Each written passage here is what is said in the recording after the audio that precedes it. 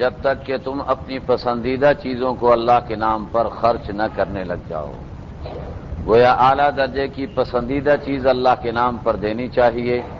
جب قرآن کریم کی یہ آیت نازل ہوئی تو ایک صحابی حاضر خدمت ہوئے اور انہوں نے عرض کی کہ اے رسول اللہ، میرا فلاں باغ بہترین قسم کا باغ ہے اور میں اسے اللہ کے نام پر خرچ کرنا چاہتا ہوں۔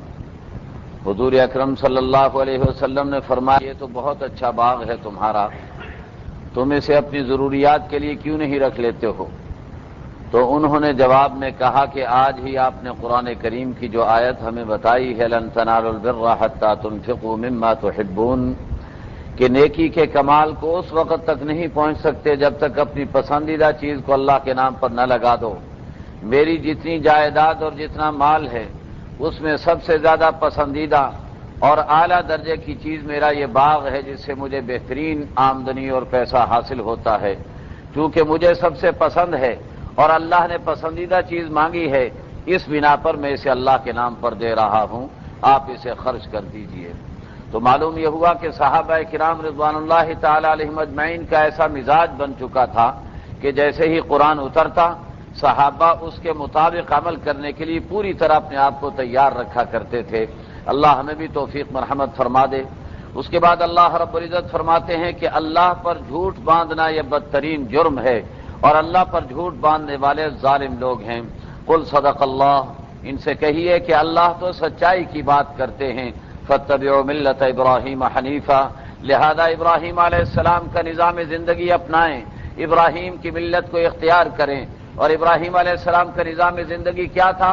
وہ حنیف تھے، اور حنیف اس شخصیت کو کہا جاتا ہے جو اپنے سارے تعلقات توڑ کر ایک کے ساتھ اپنا تعلق جوڑ لے۔ اور ابراہیم علیہ السلام کی ذات اور ہستی وہ شخصیت تھی کہ جنہوں نے کائنات کی ہر چیز سے اپنے آپ کو توڑ کر ایک اللہ کے ساتھ جوڑا ہوا تھا۔ توحید تو یہ ہے کہ خدا حشر میں کہہ دے یہ بندہ دو عالم سے خفا میرے لیے ہے۔ تو ابراہیم علیہ السلام کی یہ کیفیت بن چکی تھی، اس لیے اللہ رب العزت انسانیت کو دعوت دیتے ہیں فاتبعوا ملت ابراہیم حنیفا، ابراہیم علیہ السلام کے طرز زندگی کو اپناؤ جو یکسو ہو کر کے میرے بن گئے تھے۔ وما كان من المشرکین ان اول بیت وضع للناس، پھر کعبۃ اللہ کا تذکرہ ہو رہا ہے کہ سرزمین کی ابتدا اللہ نے کعبۃ اللہ سے کی ہے، اور اس سرزمین پر سب سے پہلی آبادی کعبۃ اللہ کے نام سے آباد ہوئی ہے، اور سب سے پہلا گھر کعبۃ اللہ کے نام سے بنا ہے۔ یہ مکہ مکرمہ میں ہے، برکتوں والا ہے اور انسانیت کے لیے ہدایت کا ذریعہ ہے۔ یہاں آیات بینات اللہ کی بڑی نشانیاں موجود ہیں۔ مقام ابراہیم بھی یہیں پر موجود ہے۔ مقام ابراہیم وہ پتھر ہے جس پر ابراہیم علیہ السلام چڑھ کر کے خانہ کعبہ کی تعمیر کر رہے تھے، اور اس پتھر کے اندر اللہ نے وہ کراماتی تاثیر رکھی ہوئی تھی کہ جب نیچے ہونے کی ضرورت پڑتی تو پتھر نیچے آ جاتا تھا، جب اوپر ہونے کی ضرورت پڑتی دیوار بلند ہوتی جاتی تو پتھر بھی اونچا ہوتا چلا جاتا تھا۔ گویا ایک لفٹ کا کام دے رہا تھا ابراہیم علیہ السلام کے لیے، اور تعمیر کرنے کے لیے ان کے لیے آسانی پیدا کر رہا تھا۔ تو وہ نشانی ابراہیم علیہ السلام کی اب تک خانہ کعبہ کے مطاف کے اندر، صحن کے اندر رکھی ہوئی موجود ہے۔ اللہ فرماتے ہیں یہ بھی ایک نشانی ہے مقام ابراہیم۔ ومن دخلہ کان آمنا، اور پھر کعبۃ اللہ کی خوبی یہ ہے کہ یہاں جو بھی داخل ہو جائے وہ امن والا ہو جاتا ہے، اسے امن دے دیا جاتا ہے۔ ایک واقعہ البدایہ والنہایہ والے نے لکھا ہے کہ ابو جہل اور اس کے ساتھی کہیں جنگل میں جا رہے تھے، ایک ہرن کے پیچھے ایک بھیڑیا کر رہا تھا۔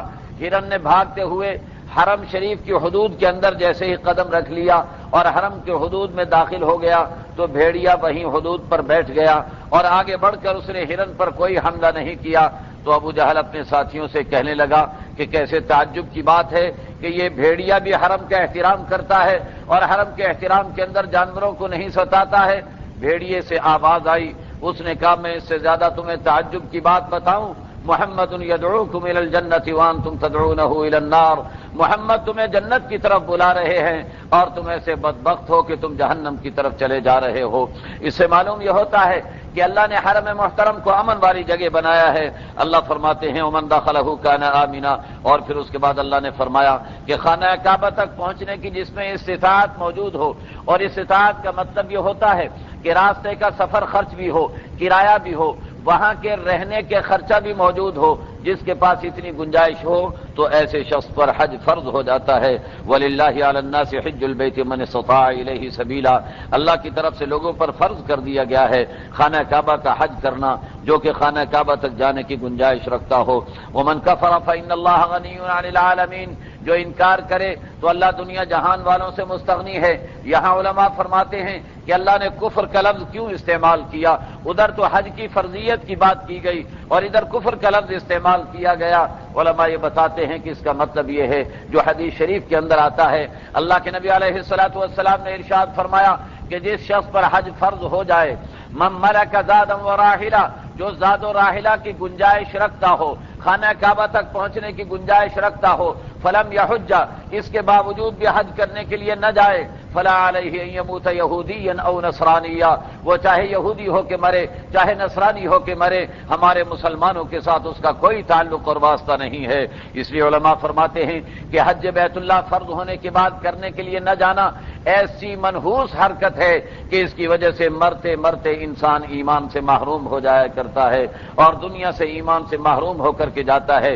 اس لیے اللہ فرماتے ومن کفر فإن اللہ غنی عن العالمین، اگر کوئی حج بیت اللہ کے لیے نہ گیا اور اس نے کفر کا کام کیا تو اللہ دنیا جہان والوں سے مستغنی ہے۔ اس کے بعد اللہ رب العزت نے اہل کتاب سے خطاب کیا اور فرمایا کہ تمہارے پاس کتاب موجود ہے، اس کے باوجود تم اللہ کی آیات کے منکر ہو، قرآن کا انکار کرتے ہو، اللہ کے راستے سے روکتے ہو۔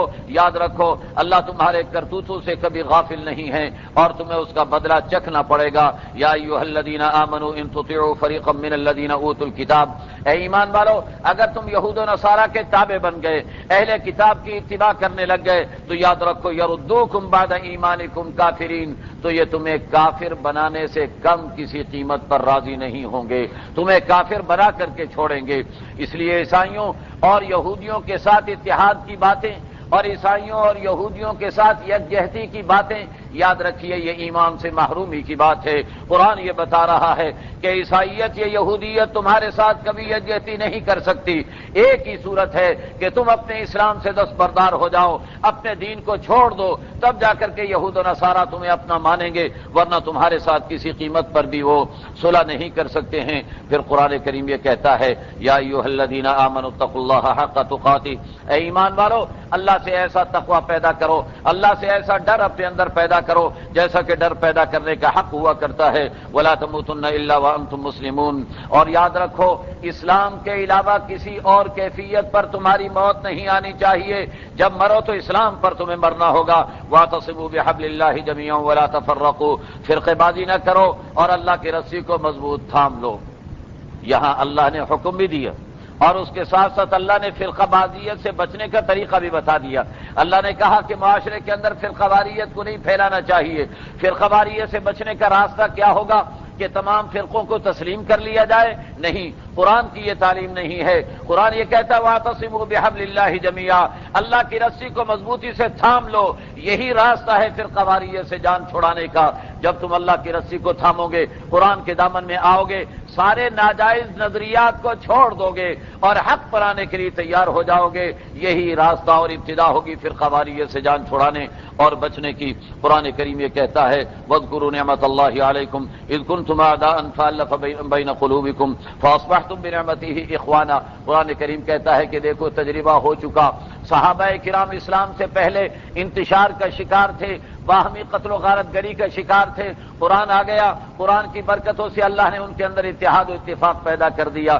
اللہ فرماتے ہیں کہ اللہ کی نعمت کو یاد کرو کہ تمہارے باہمی اختلافات اور قتل و غارت گری اور جانی دشمنیوں کے باوجود اللہ نے قرآن کی برکتوں سے تمہیں متفق اور متحد کر دیا اور تم جہنم کے کنارے پر کھڑے ہوئے تھے، اللہ نے تمہیں جہنم کے کنارے سے نکال کر کے بچا لیا۔ کذالک یبین اللہ لکم آیاتہ لعلکم تہتدون، اللہ ایسے ہی اپنی آیتوں کو بیان کیا کرتے ہیں تاکہ تمہیں ہدایت نصیب ہو جائے۔ اس کے بعد اللہ رب العزت نے ایک جماعت ایسی ہونے کی ضرورت پر زور دیا ہے، جس کے اندر یہ خوبی پائی جاتی ہو کہ یدعون الی الخیر، خیر کے داعی ہوں، امر بالمعروف نہی عن المنکر کرنے والے ہوں، یہی لوگ کامیاب ہونے والے ہیں۔ اور پھر اس کے بعد قرآن کریم نے یہ بتایا ہے کہ قیامت کا دن آئے گا، اس دن کے اندر بعض چہرے سفید ہوں گے، چمک رہے ہوں گے، اور بعض چہرے کالے سیاہ ہو رہے ہوں گے۔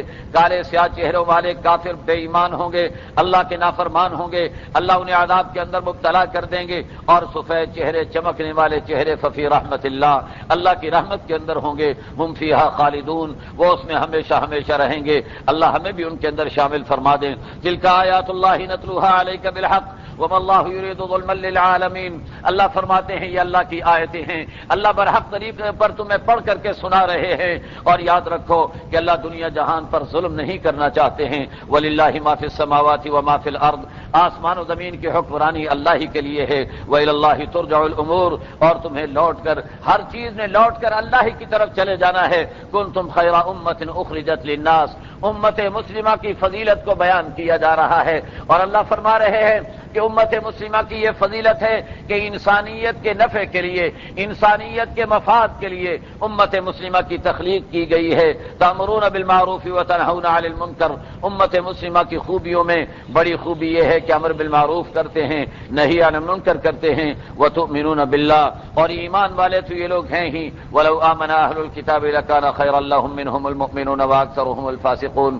اہل کتاب یہود و نصارہ کو کہا جاتا ہے جو آسمانی کتاب کے ماننے والے ہیں۔ قرآن کہتا ہے اگر یہ اہل کتاب بھی ایمان لے آتے تو ان کے لیے بہتر ہو جاتا، ان میں اکثر لوگ تو غلط کار ہیں، فاسق اور نافرمان ہیں، لیکن بعض اس میں انصاف پسند بھی ہیں کہ جو ایمان کو قبول کرنے والے ہیں، جیسا کہ حضرت عبداللہ ابن سلام رضی اللہ تعالیٰ عنہ یہودیوں کے بڑے عالم تھے، لیکن انہوں نے حق کو پہچانا اور اسلام کو قبول کیا، تو اللہ فرماتے ہیں بعض اچھے بھی ہیں۔ اور پھر قرآن کریم نے یہ بتایا کہ یہ یہودی، یہ لوگ تمہیں کوئی نقصان نہیں پہنچا سکتے، ہاں زبانی کلامی باتیں کر کے یا تمہاری مقدس شخصیات کی گستاخیاں کر کے تمہاری دلازاری ضرور یہ کرتے رہیں گے، لیکن یاد رکھو تمہارا مقابلہ کبھی نہیں کر سکیں گے، ان کی کوئی مدد نہیں کی جائے گی۔ ضربت علیہم الذلۃ اینما ثقفوا، ان پر ذلت کی چھاپ لگا دی گئی ہے، جہاں بھی چلے جائیں ذلیل و رسوا ہو کر کے رہیں گے۔ الا بحبل من اللہ وحبل من الناس، ہاں دو ہی راستے رہ جاتے ہیں کہ یا تو یہ ایمان قبول کر کے اللہ کی رسی کو تھام لے، پھر ان کی ذلت ختم ہو سکتی ہے، اور دوسرا راستہ یہ ہے کہ کسی دوسری قوم کا سہارا لے کر زندگی گزارنا شروع کر دیں، جیسے آج یہودیوں نے عیسائیت کا سہارا لیا ہوا ہے اور عیسائیت کے سہارے پر دنیا پہ حکمرانی کر رہے ہیں، تو دوسرے کے سہارے پر تو چل سکتے ہیں، اپنے طور پر ان کے پنپنے کی کوئی صورت باقی نہیں چھوڑی گئی ہے۔ اور اس کی وجہ کیا ہے؟ وباءوا بغضب من اللہ وضربت علیہم المسکنہ، اللہ کا غضب ان پر اترا ہے، ان پر پستی جما دی گئی ہے ان کے اوپر۔ اس کی وجہ یہ ہے کہ ان میں اللہ کی آیات کا انکار پایا جاتا تھا، اللہ کے نبیوں کو ناحق قتل کرنے کی عادت بد ان کے اندر پائی جاتی تھی، یہ گناہگار تھے اور انتہا پسندی کرنے والے تھے، اس بنا پر اللہ نے انہیں ذلیل و خوار کر دیا۔ اس کے بعد اللہ رب العزت نے یہ بتایا ہے یا ایھا الذین آمنوا لا تتخذوا بطانۃ من دونکم لا یعلونکم خبالا، اے ایمان والو ایسے لوگوں کو اپنا دوست نہ بناؤ جو تمہیں نقصان پہنچانے میں ذرہ برابر بھی کوئی کمی نہیں کرتے ہیں، کوئی موقع مل جائے تمہارے نقصان کے در پہ رہتے ہیں۔ اور یہ کون لوگ ہیں؟ انہی اہل کتاب کی بات ہو رہی ہے، انہی یہودیوں کی بات ہو رہی ہے۔ ودوا ما عنتم، ان کی خواہش یہ ہے کہ مسلمان ہمیشہ مسائل کا شکار رہیں، مسلمان تکلیفوں میں مبتلا رہیں۔ قد بدت البغضاء من افواہہم وما تخفی صدورہم اکبر، ان کے منہ سے ان کی دشمنی پھوٹی پڑ رہی ہے اور ان کے سینے میں اس سے زیادہ دشمنیاں چھپی ہوئی ہیں تمہارے لیے۔ قد بینا لکم الآیات ان کنتم تعقلون، دیکھو ہم نے واضح کر کے اپنی آیتیں تمہیں سنا دی ہیں اگر تم عقل سے کام لو۔ ہاں انتم اولئک تحبونہم ولا یحبونکم، سنو تم تو ان یہودیوں سے محبت کے دعوے کرتے ہو، تم تو ان یہودیوں سے محبت کی باتیں کرتے ہو، حالانکہ یہ یہودی بے ایمان تم سے قطعاً محبت نہیں کرتے۔ وتؤمنون بالکتاب کلہ، اور تم تو ساری کتابوں پر ایمان لاتے ہو۔ مسلمان کی شان یہی ہے کہ اللہ نے جتنی کتابیں اتاری سب پر مسلمان کا ایمان ہونا چاہیے، لیکن ان لوگوں کا حال کیا ہے کہ یہ لوگ تمہاری کتاب پر ایمان لانے کے لیے تیار نہیں۔ وَإِذَا لَقُوكُمْ قَالُوا آمَنَّا، تم سے ملتے ہیں تو ان میں بعض ایسے بھی ہیں جو کہتے ہیں کہ جی ہم تو مسلمان ہو گئے ہیں، ہم تو تمہارے ساتھی ہیں، تم تو بڑے اچھے لوگ ہو۔ ابھی آپ نے سنا ہوگا رمضان شروع ہوا تو یہودیوں کی طرف سے عیسائیوں کی طرف سے بھی بیان آنے لگے کہ رمضان کا مہینہ بڑا اچھا مہینہ ہے. اللہ فرماتے ہیں زبانی کلامی باتیں کر کے تمہیں دھوکہ دیں گے یہ لوگ. وَإِذَا خَلَوْا عَضُّوا عَلَيْكُمُ الْأَنَامِلَ مِنَ الْغَيْظِ جب یہ علیحدہ ہوتے ہیں, ان کی علیحدہ میٹنگیں ہوتی ہیں تو اپنی انگلیاں چبا ڈالتے ہیں غصے کے مارے تمہارے بارے میں. قُلْ مُوتُوا بِغَيْظِكُمْ آپ ان سے کہہ دیجئے کہ اپنے غصے کے اندر مر جاؤ. ان اللہ علیم بذات الصدور اللہ ہی دلوں کے بھیدوں کو جاننے والے ہیں. ان تمسسکم حسنۃ تسؤہم اگر تمہیں کوئی آرام پہنچتا ہے, تمہیں کوئی راحت ملتی ہے تو انہیں تکلیف ہوتی ہے, اور اگر تمہیں کوئی تکلیف ہوتی ہے تو یہ بغلیں بجاتے ہیں اور خوشیاں مناتے ہیں. وَإِن تَصْبِرُوا وَتَتَّقُوا لَا يَضُرُّكُمْ كَيْدُهُمْ شَيْئًا لیکن اے مسلمانوں اگر تم نے صبر و تقوی پر بھی کچھ نہیں بگاڑ سکیں گی. آج جو مسلمان پر یہودیوں کی سازشیں چل رہی ہیں, عیسائیوں کی سازشیں چل رہی ہیں, اس کی وجہ یہی ہے کہ مسلمان آج اعمال صالحہ پر کار بند رہی, دین پر ثابت قدم نہیں, گناہوں سے بچتا نہیں, حرام سے بچتا نہیں. اس بنا پر یہودیوں کی سازشیں ہمارے خلاف کارگر ہو رہی ہیں. اگر آج ہم اس قرآنی نسخے کو استعمال کر لیں, صبر اور تقوی کا دامن نہ چھوڑیں, تو آج ان کی سازشیں بیکار ہو سکتی ہیں اور ایمان والے کامیاب ہو سکتے ہیں. وَإِذْ غَدَوْتَ مِنْ أَهْلِكَ تُبَوِّئُ الْمُؤْمِنِينَ مَقَاعِدَ لِلْقِتَالِ اللہ رب العزت نے اس آیت سے غزوہ احد کا تذکرہ شروع کر دیا ہے, اور بڑا تفصیلی تذکرہ اللہ رب العزت نے غزوہ احد کا فرمایا ہے, اور آیت نمبر 180 تک یہ تذکرہ چلا جا رہا ہے. 121 سے لے کر کے 180 تک تقریباً 60 آیتوں کے اندر اللہ رب العزت نے غزوہ احد کا تذکرہ فرمایا ہے, اور اس کے اندر بڑے مواعظ اور حکم بھی بیان فرمائے ہیں, اور تربیت کے بہت سے مقامات کو اللہ نے اجاگر فرمایا ہے. اور اس موقع پر پہلی بات تو اللہ یہ فرما رہے ہیں اذ هم طائفتان منكم ان تفشلا والله وليهما وعلى الله فليتوكل المؤمنون. صورتحال یہ ہوئی تھی کہ اللہ کے نبی 1000 آدمیوں کو لے کر جب احد کے میدان کی طرف چلے تھے تو درمیان میں 300 منافقین علیحدہ ہو گئے. جب وہ 300 منافقین علیحدہ ہوئے تو باقی مسلمانوں کے دل بھی گھبرانے لگے, پریشان ہونے لگے. اور ہوتا یہی ہے کہ محاذ جنگ پر اگر کچھ لوگ بھاگنے لگ جائیں, راہ فرار اختیار کرنے لگ جائیں, تو باقی لوگوں کے لیے بھی جمنا مشکل ہو جاتا ہے. تو اس بنا پر مسلمانوں کو پریشانی ہونے لگی. مسلمانوں میں بھی بعض لوگ ایسے تھے جو یہ کہنے لگ گئے کہ اب ہمارا کیا بنے گا, اب ہم کیسے کامیاب ہو سکیں گے, ہماری تو تعداد بہت کم اور تھوڑی رہ گئی ہے, کیا ہوگا. تو اللہ فرماتے ہیں اذ همت طائفتان منکم ان تفشلا, دو قبیلے دو خاندان تم میں سے پھسلنے کی تیاریاں کر رہے تھے, لیکن واللہ ولیہما اللہ ان کے والی وارث ہیں, اللہ ان کے ولی ہیں. گویا اللہ نے ان کے ایمان کی گواہی دے دی کہ بعض اوقات ایمان والے کے دل کے اندر بھی ایسے خیالات آ سکتے ہیں, لیکن ان خیالات پر عمل کرنا یہ ایمان کے تقاضے کے منافی ہے. خیالات آئیں ان کو جھٹک دینا اور اللہ کے حکم کی پابندی کر لینا یہ ایمان کے منافی نہیں ہے. تو بعض مسلمانوں کے دلوں میں جو خیالات آئے تھے انہوں نے جھٹک دیے اور اللہ کے نبی کے ساتھ لگے رہے. اللہ اس کا تذکرہ فرما رہے ہیں اور فرما رہے وعلی اللہ فلیتوکل المؤمنون, ایمان والوں کو تو اللہ پر توکل کرنا چاہیے. تم نے پہلے منظر نہیں دیکھا وَلَقَدْ نَصَرَكُمُ اللَّهُ بِبَدْرٍ وَأَنْتُمْ أَذِلَّةٌ, ارے تمہاری بڑی تھوڑی تعداد تھی, معمولی تعداد تھی, بدر کے میدان میں ہم نے تمہیں کامیاب و کامران کیا تھا, ہم نے فرشتوں کے ذریعے تمہاری مدد و نصرت کی تھی. کیا آج دوبارہ ہم تمہاری مدد نہیں کر سکتے؟ اس لیے تم مجھ پر توکل کرو, اللہ پر توکل کرتے رہو. اس کے بعد اللہ رب العزت نے آگے بیان فرمایا کہ اے ایمان والو سود خوری چھوڑ دو, لا تاکلوا الربا اضعافا مضاعفا واتقوا اللہ لعلکم تفلحون, اللہ کا تقوی پیدا کرو تم کامیاب ہو جاؤ گے, اللہ اور اس کے رسول کی اطاعت کرو تم پر رحم کیا جائے گا. اور اس کے بعد قرآن کریم نے غزوہ احد کے بارے میں یہ بتانا شروع کر دیا کہ اس غزوے کے اندر مسلمانوں کو نقصان پہنچا تھا, اور نقصان پہنچنے کی وجہ کیا ہوئی تھی کہ چند مسلمانوں نے اللہ کے نبی کی حکم عدولی کر لی تھی. اللہ کے نبی کے ایک حکم کی خلاف ورزی, وہ بھی جان بوجھ کر نہیں بلکہ اجتہادی طور پر بڑے غور و خوض کرنے کے بعد انہوں نے سوچا کہ اب وہ حکم چونکہ باقی نہیں رہا ہے لہذا اس پر عمل کرنا ضروری نہیں.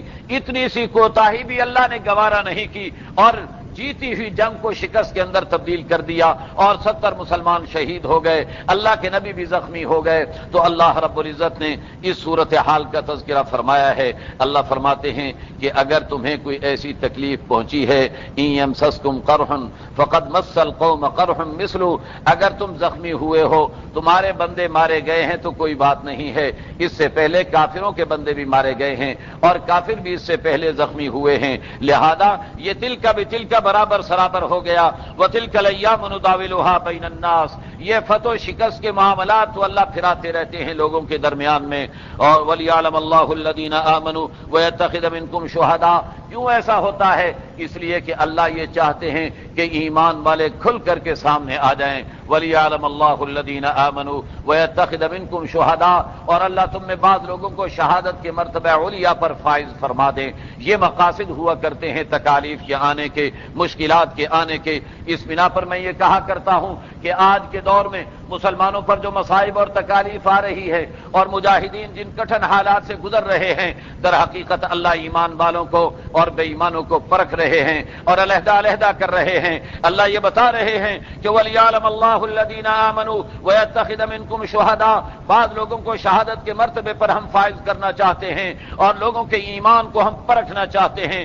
وَلِيُمَحِّصَ اللَّهُ الَّذِينَ آمَنُوا وَيَمْحَقَ الْكَافِرِينَ، ہم یہ چاہتے ہیں کہ ایمان والے جدا ہو جائیں، کافر بے ایمان علیحدہ ہو جائیں۔ ام حسبتم ان تدخلوا الجنہ ولما يعلم اللہ الذین جاہدوا منکم ويعلم الصابرین، کیا تم یہ سمجھے بیٹھے ہو کہ ایسے ہی جنت میں چلے جاؤ گے؟ حالانکہ ابھی اللہ نے اس بات کی تو تحقیق ہی نہیں فرمائی ہے اور اس بات کی تو تفتیش ہی نہیں ہوئی ہے کہ تم میں مجاہد اور صبر کرنے والے کون ہیں۔ معلوم ہوا کہ مجاہدین اور صبر کرنے والے، جمنے والے اور محاذ جنگ پر ڈٹ جانے والے یہی لوگ ہیں جو صحیح معنی کے اندر قرآن کی نگاہ میں جنت کے وارث بن رہے ہیں۔ وَلَقَدْ كُنْتُمْ تَمَنَّوْنَ الْمَوْتَ مِنْ قَبْلِ أَنْ تَلْقَوْهُ فَقَدْ رَأَيْتُمُوهُ وَأَنْتُمْ تَنْظُرُونَ، تم موت کی تمنائیں کر رہے تھے، آج موت تمہارے سامنے نظر آئی تو اب بھاگتے کیوں ہو؟ اب میدان میں ڈٹتے کیوں نہیں اور ڈٹ کر کافروں کا مقابلہ کیوں نہیں کرتے ہو؟ غزوہ احد کے اندر ایک واقعہ یہ پیش آیا کہ اللہ کے نبی زخمی ہو گئے، آپ صلی اللہ علیہ وسلم تھوڑی دیر کے لیے ایک غار کے اندر آپ کو پناہ لینی پڑ گئی۔ معلوم ہوتا ہے کہ بعض اوقات مجاہدین کے ساتھ ایسے حالات آتے ہیں کہ غاروں میں، پہاڑوں میں چھپنا پڑ ہی جاتا ہے، یہ بھی ایک اس نظام کا حصہ ہے۔ بہر صورت اللہ کے نبی علیہ السلام جب ایک غار کے اندر جا کر کے پناہ لی آپ نے تو آپ کے خلاف ایک افواہ پھیلا دی گئی۔ افواہ شیطان کی طرف سے اور شیطان کے کارندوں کی طرف سے پھیلائی گئی۔ مقصد یہ تھا کہ مسلمانوں میں بددلی پھیلا دی جائے اور مسلمانوں کو کمزور کر دیا جائے اور مسلمانوں کے اندر پریشانی پیدا کر دی جائے، لیکن قرآن کریم نے اسے تربیت کا ذریعہ بنا لیا۔ افواہ یہ پھیلی تھی کہ محمد علیہ السلام شہید ہو گئے، اور جیسے یہ افواہ پھیلی تو بعض لوگوں نے یہ سوچ لیا کہ اب لڑائی کا کیا فائدہ، اب جنگ کرنے کا کیا فائدہ، جب اللہ کے نبی نہ رہے تو اب جنگ کرنے کی کوئی ضرورت باقی نہ رہی۔ بعض لوگ میدان سے ہٹ گئے اور بعض لوگوں نے تو تلواریں نیام میں ڈال کر کے آرام سے بیٹھ گئے کہ اب کوئی ضرورت نہیں رہ گئی ہے۔ یہ کیفیت جو پیدا ہوئی تھی، بعد میں جب ایک آواز آئی کہ اللہ کے نبی تو زندہ سلامت موجود ہیں، مسلمان پھر دوڑ پڑے اور پھر میدان کے اندر آ گئے اور جنگ اپنے زور و شور کے ساتھ چلتی رہی اور جاری رہی۔ اللہ اس واقعے کو نقل فرما رہے ہیں اور نقل فرما کر کے ارشاد فرماتے ہیں کہ لوگوں سنو، وما محمد الا رسول قد خلت من قبلہ الرسل، محمد علیہ السلام کی موت کا سن کر، محمد علیہ السلام کی شہادت کا سن کر تم میں بعض لوگ ایسے تھے جو کہ پھرنے کی باتیں کر رہے تھے، اسلام کو چھوڑنے کی باتیں کر رہے تھے۔ سنو، محمد خدا نہیں، محمد تو اللہ کے رسول ہیں، ان پر تو موت طاری ہونی ہے اور انہوں نے اس دنیا سے چلے جانا ہے۔ یاد رکھو، اگر تم نے اللہ کو مانا ہے اور اللہ کی عبادت کرنی ہے تو اللہ تو حی لا یموت ہے، اللہ ہمیشہ رہنے والے ہیں۔ اس بنا پر تمہیں اللہ کے دین پر ڈٹے رہنا ہوگا، جمے رہنا ہوگا، اور یاد رکھو محمد علیہ السلام کے چلے جانے کے بعد اگر تم میں سے کوئی بھی اسلام سے پھر گیا اور دین سے پھر گیا تو یاد رکھو اللہ کا کچھ نہیں بگاڑ سکتا ہے۔ لن یضر اللہ شیئا، لن یضر اللہ شیئا، اللہ کو ذرہ برابر بھی نقصان نہیں پہنچا سکیں گے۔ وما کان لنفس ان تموت الا باذن اللہ کتابا مؤجلا، قرآن یہ بتا رہا ہے کہ جو لوگ شہید ہوئے تو ان کی قسمت میں شہادت لکھی ہوئی تھی، اس لیے کہ جب تک کسی کی موت لکھی نہ ہو اس وقت تک موت نہیں آیا کرتی۔ بہر صورت اس سے اللہ رب العزت نے مسلمانوں کی تربیت کا سامان کیا، اور پھر اس کے بعد اللہ رب العزت نے کچھ غزوہ احد کی قلمی منظر کشی کی ہے اور بتایا ہے کہ اس وقت جب مسلمانوں پر تکلیف آ رہی تھی تو کیسے بھاگ دوڑ رہے تھے اور جان بچانے کے لیے ادھر ادھر کیسے چھپ رہے تھے۔ قرآن کریم یہ کہتا ہے کہ بعض لوگ اس غزوہ احد پر اعتراضات کرنے کے لیے بھی تیار ہو گئے۔ جب غزوہ احد سے فارغ ہو کر اللہ کے نبی مدینہ منورہ پہنچے تو یہودیوں نے، منافقوں نے اعتراضات شروع کر دیے۔ اعتراضات کیا تھے؟ کہنے لگے صاحب دیکھا نا، مر گئے نا وہاں جا کر، دیکھو ہم اچھے رہے، ہم گھروں میں آ گئے تھے، بچ گئے، اور وہ وہاں جا کر کے مر گئے۔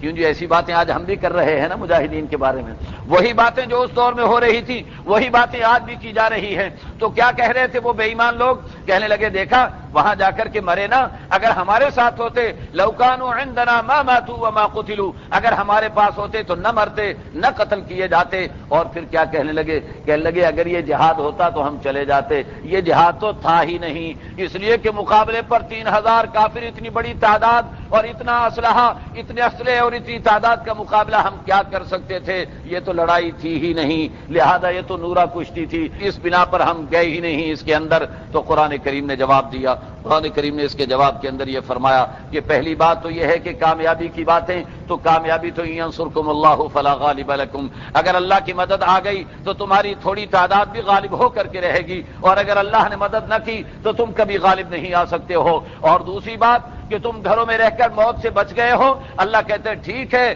پھر میں موت کے فرشتے کو بھیج رہا ہوں، میں موت کے فرشتے کو بھیجتا ہوں۔ لبرز الذین کتب علیہم القتل الی مضاجعہم، جو گھروں میں چھپے بیٹھے تھے، اگر ان کی قسمت میں قتل لکھا ہوا ہے تو وہ گھروں سے نکل کر کے اپنی مقتل پہ پہنچیں گے اور وہاں جا کر کے مارے جائیں گے۔ یاد رکھو کہ موت سے کسی کو کوئی بچانے والا نہیں، چاہے بڑے بڑے قلعوں کے اندر کیوں نہ اپنے آپ کو چھپا لے۔ اس بنا پر موت کے ڈر سے جہاد سے راہ فرار اختیار کرنا، یاد رکھو کوئی سمجھداری کی بات نہیں ہے۔ اس کے بعد اللہ رب العزت نے حضور علیہ الصلوۃ والسلام کو صحابہ کرام سے مشاورت جاری رکھنے کا حکم دیا، اور پھر نبی کریم صلی اللہ علیہ وسلم کی بعثت کو اللہ نے احسان عظیم قرار دے کر کے اللہ رب العزت نے قرآن کریم میں یہاں پر بیان فرمایا اور یہ بتایا کہ انسانوں پر جو مشکلات آتی ہیں در حقیقت یہ ان کے اپنے اعمال کی وجہ سے آیا کرتی ہیں۔ وما اصابکم یوم التقى الجمعان فباذن اللہ وليعلم المؤمنین وليعلم الذین نافقوا، اللہ کہتے ہیں کہ ہوتا تو انسانوں کے اپنے کرتوتوں سے ہوتا ہے، لیکن اللہ نے اس صورتحال کو ایمان والے اور منافقین کے پرکھنے کا ذریعہ بنا لیا تھا۔ اس کے بعد واقعہ یہ پیش آیا کہ جب مسلمان لٹے پٹے زخمی حالت کے اندر گھروں کے اندر پہنچے تھکے ماندے تو معلوم ہوا کہ کافر پھر حملہ کرنے کے لیے آ رہے ہیں، حمراء الاسد کے مقام پر تیاریاں کر رہے ہیں اور ان قریب حملہ کرنے والے ہیں۔ میرے نبی نے اعلان کر دیا کہ پھر مقابلہ ہوگا اور مقابلے کے لیے چلنا ہوگا، اور آپ نے اعلان فرما دیا کہ جو احد کے اندر ہمارے ساتھ گئے تھے وہی میرے ساتھ جا سکتے ہیں، ان کے علاوہ کسی دوسرے کو میں لے کر کے نہیں جاؤں گا۔ چنانچہ بمشکل تمام کل 70 افراد تیار ہوئے، کسی کی ٹانگ کٹی ہوئی، کسی کا ہاتھ زخمی، کسی کے سینے پہ زخم ہیں، زخمی حالت کے اندر ان کے جسم سے خون رس رہا تھا، اور وہ اللہ کی دعوت پہ لبیک کہتے ہوئے جہاد کے لیے چلے جا رہے تھے۔ ایک واقعہ ملتا ہے کہ 2 بھائی ان میں ایسے تھے کہ ایک بھائی زیادہ زخمی تھے، اتنے زخمی کہ چلنے سے ان کے زخم پھٹ جاتے تھے اور خون بہنا شروع ہو جاتا تھا، اور دوسرے بھائی معمولی زخمی تھے، وہ تو جانے لگے، اور یہ زیادہ زخمی جو تھے رونے لگ گئے، کہنے لگے کہ میں تو چاہتا ہوں کہ اللہ کے نبی سے کسی جہاد میں بھی پیچھے نہ رہوں، آج میں پیچھے رہ جاؤں گا اپنی بیماری کی وجہ سے اور اپنی تکلیف کی وجہ سے، میرا کیا بنے گا؟ تو بھائی نے کہا کہ بھائی جان آپ پریشان نہ ہوں، آپ میرے کندھے پہ بیٹھ جائیں، میں اپنے کندھے پہ اٹھا کے آپ کو اللہ کے راستے میں لے کر کے جاؤں گا۔ چنانچہ انہوں نے اپنے کندھے پہ بٹھایا اور اپنے بھائی کو تقریباً 60-70 کلومیٹر تک اٹھا کر کے لے کے گئے، اور اللہ کے نبی علیہ الصلوۃ والسلام اپنے ساتھیوں کے ساتھ وہاں جا کر کے پہنچے، حمراء الاسد کے مقام پر جا کر کے آپ نے پڑاؤ ڈالا۔ کافروں کو جب خبر پہنچی تو ان پر رعب طاری ہوا اور وہ وہاں سے بھاگ کر کے مکہ مکرمہ چلے گئے۔ اللہ کے نبی وہاں ٹھہرے، وہاں پر بازار لگا اور وہاں پر خرید و فروخت ہوئی۔ اس بازار میں اور خرید و فروخت کے اندر مسلمانوں کو اتنا نفع اللہ نے دیا، اتنا نفع دیا کہ جتنے نقصانات ہو گئے تھے سب کا مداوع اللہ نے حمراء الاسد کے مقام پر فرما دیا۔ اور اللہ نے یہ دکھا دیا کہ اللہ کی مدد حکم پورا کرنے پر آیا کرتی ہے. اللہ کی مدد آئی اور اللہ نے اس طرح ایمان والوں کو کامیاب و کامران کر کے دکھا دیا. اللہ فرماتے ہیں الذین استجابوا للہ والرسول من بعد ما اصابهم القرح للذین احسنوا منهم واتقوا اجر عظیم. جنہوں نے اللہ اور اس کے رسول کی بات مانی تھی, زخمی حالت کے اندر بھی انہوں نے مان لی تھی, جنہوں نے احسان کا کام کیا اللہ نے ان کے لیے اجر عظیم تیار کر رکھا ہے. الذین قال لهم الناس ان الناس, ان سے جب یہ کہا جاتا ہے قد جمعوا لکم فاخشوہم, کہ کافروں نے جتھا تیار کر لیا, تمہارے مقابلے کے لیے تیار ہو گئے, تم کافروں سے ڈرو, ان کا خوف اپنے اندر پیدا کرو, تو وہ کیا کہتے ہیں حسبنا اللہ ونعم الوکیل, ہمارا اللہ ہی کافی ہے اور ہمارے لیے کارساز ہے. جب یہ کہتے ہیں تو فانقلبوا بنعمت من اللہ وفضل, تو اللہ کی نعمت اللہ اپنے فضل کے ساتھ ان کو واپس لوٹا دیا کرتے ہیں. اس کے بعد اللہ رب العزت نے بتایا کہ کافروں سے شیطان ڈرایا کرتا ہے, ایمان والے کبھی کافروں سے نہیں ڈرا کرتے ہیں. اور پھر اللہ رب العزت نے اس کے بعد یہ بیان فرمایا, ایک واقعے کی طرف اشارہ کیا. واقعہ یہ ہوا تھا کہ ایک یہودی کہہ رہا تھا کہ یہ مسلمانوں کے قرآن میں آتا ہے کہ اللہ کو قرضہ دے دو, اللہ کو پیسے دے دو. اللہ کے نبی جب بھی جہاد کے لیے جاتے تو چندہ کیا کرتے تھے. چندے میں کہا جاتا تھا کہ من ذا الذی یقرض اللہ قرضا حسنا, اللہ کو قرض حسنا کون دے گا مجاہدین کے تعاون کے لیے. تو وہ یہودی بیٹھا ہوا اپنے دوستوں سے کہنے لگا, دیکھا نا, نعوذ باللہ ثم نعوذ باللہ, نقل کفر رباشد, کہنے لگا دیکھو مسلمان کا خدا فقیر ہو گیا, غریب ہو گیا, ہم سے چندے مانگ رہا ہے, ہم تو پیسے والے رہے اور یہ فقیر بن گیا ہے جو ہم سے پیسہ مانگ رہا ہے. حضرت ابوبکر وہیں سے گزر رہے تھے, وہ ٹھنڈے مزاج کے انسان اور نرم مزاج کے انسان, لیکن جب انہوں نے اللہ کی شان میں گستاخی سنی تو ان سے گوارا نہیں ہوا, برداشت نہیں ہوا. کافروں کے مجمع میں گھس گئے اور جا کر کے ان کے بات بولنے والے کے منہ پر کھینچ کر کے چماٹ دی اور اس کے تھپڑ مارا اور اسے زخمی کیا اور اسے کہا کہ میں تجھے قتل کر دوں گا, قتل تک کی اسے دھمکی دے دی حضرت ابوبکر رضی اللہ تعالیٰ عنہ نے. اور پھر اس کے بعد حضرت ابوبکر حضور علیہ السلام کی خدمت میں حاضر ہو گئے. یہ یہودی بھی بھاگے ہوئے آ گئے اور کہنے لگے یا رسول اللہ دیکھو ابوبکر نے ہمارے بندے کو مارا ہے, دہشت گردی کر دی ہے ابوبکر نے اور اس نے بڑا نقصان پہنچایا ہے ہمیں, آپ اسے سزا دیجئے. حضور علیہ الصلوۃ والسلام نے پوچھا کہ ابوبکر کیا ہوا تھا؟ انہوں نے سارا واقعہ بتا دیا اور کہا کہ یا رسول اللہ میرے ایمان کی غیرت گوارا نہیں کر رہی تھی. تو وہ بے ایمان کہنے لگے کہ صاحب ہم نے تو اللہ کو کوئی گالی نہیں دی, ہم نے تو کچھ نہیں کہا تھا. جبریل آ گیا ابوبکر کی تائید کے اندر, قال لقد سمع اللہ قول الذین قالوا ان اللہ فقیر ونحن اغنیاء. ارے کسی نے سنا ہو یا نہ سنا ہو, اللہ نے سن لیا تھا جب تم یہ کہہ رہے تھے کہ اللہ فقیر ہے اور ہم غنی ہیں. یاد رکھو کہ ہم نے یہ سب کچھ لکھ لیا ہے اور تم تو عادی مجرم ہو, پہلے بھی انبیاء کی گستاخیاں کرتے رہے ہو, انبیاء کو قتل کرتے رہے ہو. تم جیسے مجرموں کی یہی سزا ہے کہ تمہیں مار پڑنی چاہیے اور تمہیں سزائیں ملنی چاہیے. آگے قرآن کریم نے بیان کیا کل نفس ذائقۃ الموت, یاد رکھو ہر انسان نے مرنا ہے. وانما توفون اجورکم یوم القیامہ, اور قیامت کے دن پورا پورا اجر ملے گا. جو جہنم سے بچ کر کے جنت میں چلا گیا وہ کامیاب ہو جائے گا. پھر اللہ رب العزت نے بتایا کہ ایمان والوں کی صورتحال یہ ہوتی ہے کہ وہ اللہ کے آسمان و زمین کے اندر غور و خوض کیا کرتے ہیں. سورہ آل عمران کی آخری آیات ہیں اور ان آخری آیات 11 آیات ہیں. اللہ کے نبی علیہ الصلوۃ والسلام جب بھی تہجد کے لیے اٹھا کرتے تو آسمان کی طرف رخ کر کے ان آیتوں کی تلاوت فرمایا کرتے تھے اور آپ صلی اللہ علیہ وسلم فرمایا کرتے تھے ویل لمن قرأ هذه الآیات ولم يتدبرها, ایسا شخص ہلاک اور تباہ و برباد ہو جائے جو ان آیتوں کو پڑھ کر بھی ان میں غور و خوض کے لیے تیار نہ ہو, اللہ کی قدرت کا مشاہدہ کرنے کے لیے تیار نہ ہو. ان آیات میں یہی کہا گیا ہے کہ یہ لوگ جو عقل والے لوگ ہیں وہ اللہ کے آسمان و زمین میں اور اللہ کی تخلیق میں غور و خوض کرتے ہیں اور کیا کہتے ہیں ربنا ما خلقت هذا باطلا, اے اللہ تو نے باطل طریقے پر ان کو پیدا نہیں کیا ہے, اے اللہ تو ہمیں جہنم سے بچا لے, اے اللہ تو جن سے جہنم میں ڈال دے گا اس سے ذلیل و رسوا کر دے گا, اور اے اللہ ہم نے سنا تیرے منادی کو, تیرے نبی کو ایمان کے لیے پکار رہا تھا, ہم ایمان لے آئے ہیں, میرے اللہ ہمارے گناہوں کو معاف فرما دے, ہمارے جرائم سے درگزر فرما دے اور ہمیں نیکوکار لوگوں کے ساتھ شامل فرما لے. یہ 5 دعائیں اللہ نے یہاں پر ذکر فرمائیں اور فرمایا فاستجاب لهم ربهم, اللہ نے ان کی دعا کو قبول فرما لیا. اس لیے علماء فرماتے ہیں کہ یہ دعوات مستجابہ ہیں, یہ مقبول دعائیں ہیں قرآن کریم کریم کی جن کے اللہ نے جن کے قبول ہونے کا اعلان فرما دیا ہے۔ اس کے بعد اللہ رب العزت فرماتے ہیں کہ مردوں اور عورتوں کے اندر اگر جسمانی کسی قسم کا فرق پایا جاتا ہے تو وہ ان کی ذمہ داریوں کے اعتبار سے ہے، ورنہ عمل کے اعتبار سے اور اجر و ثواب کے اعتبار سے مرد و عورت کے اندر اسلام نے مساوات رکھی ہے۔ فالذین ہاجروا واخرجوا من دیارہم وأوذوا فی سبیلی، ہجرت کریں، اللہ کے نام پر نکلیں اور اللہ کے نام پر تکلیفیں برداشت کریں، وقاتلوا وقتلوا، اور قتال بھی کریں اور قتل بھی ہوں، لأکفرن عنہم سیئاتہم، میں ان کے گناہوں کو معاف کروں گا، انہیں جنتوں میں داخل کروں گا، اللہ کی طرف سے یہی بڑا ثواب ہے۔ پھر اللہ فرما رہے ہیں کافروں بے ایمانوں کے وسائل دیکھ کر اور ان کی عیاشیاں اور عیش و عشرت دیکھ کر کے تمہیں پریشان نہیں ہونا چاہیے، یہ تو عارضی ان کے وسائل ہیں۔ ثم ماواہم جہنم وبئس المہاد، پھر ان کا ٹھکانہ جہنم بن کے رہے گا اور وہ بدترین ٹھکانہ ہوگا۔ اس کے بعد اللہ رب العزت سورہ آل عمران کو ختم کر رہے ہیں، یا ایھا الذین آمنوا اصبروا وصابروا ورابطوا، اے ایمان والو ثابت قدمی اختیار کرو اور دوسروں کو بھی ثابت قدمی کی تلقین کرتے رہو، ورابطوا، ایمان والو محاذ پر اور مورچے پر ڈٹ جاؤ، واتقوا اللہ لعلکم تفلحون، اور اللہ سے ڈرتے رہو یہاں تک کہ تم کامیاب و کامران ہو جاؤ۔ اللہ ہم سب کو صحیح عمل کرنے کی توفیق مرحمت فرمائے۔ وآخر دعوانا ان الحمد للہ رب العالمین۔